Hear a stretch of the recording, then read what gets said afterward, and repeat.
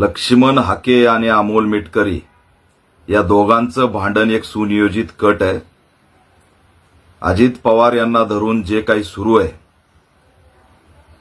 ते केवळ वैष्णवीच्या हत्याकांडाच्या मुद्द्यापासून लक्ष विचलित करण्यासाठी, मुद्दा डायव्हर्ट करण्यासाठी हा खेळ सुरू आहे।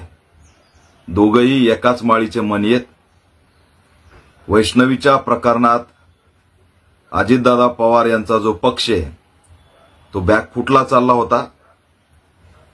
महिला आयोगाच्या अध्यक्षाचा राजीनामा घ्यावाच लागत होता, परंतु त्याआधी मीडियामध्ये जाणीवपूर्वक या 2-3 मंडळींनी जो गोंधळ घालायला सुरुवात केलाय त्याच्या पाठीमागे वैष्णवीचा मुद्दा डायव्हर्ट करणं हे असणारं राजकारण आहे।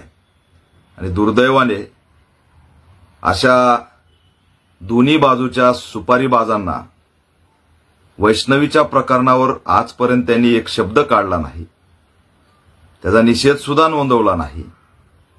या दोघांनीही या कुटुंबाला भेट सुद्धा दिली नाही। एक जण पक्ष वाचवण्यासाठी आणि एक जण सुपारीच्या बळावरती वैष्णवीचा मुद्दा डायव्हर्ट करतायत, याच्यापेक्षा दुसरं दुर्दैव असू शकत नाही। त्याच्यामुळे हे एकामेकांना शिव्या देत राहतील। मी जनतेला आव्हान करतो की आपण वैष्णवीबद्दल बोलायचं आणि वैष्णवीवरचा फोकस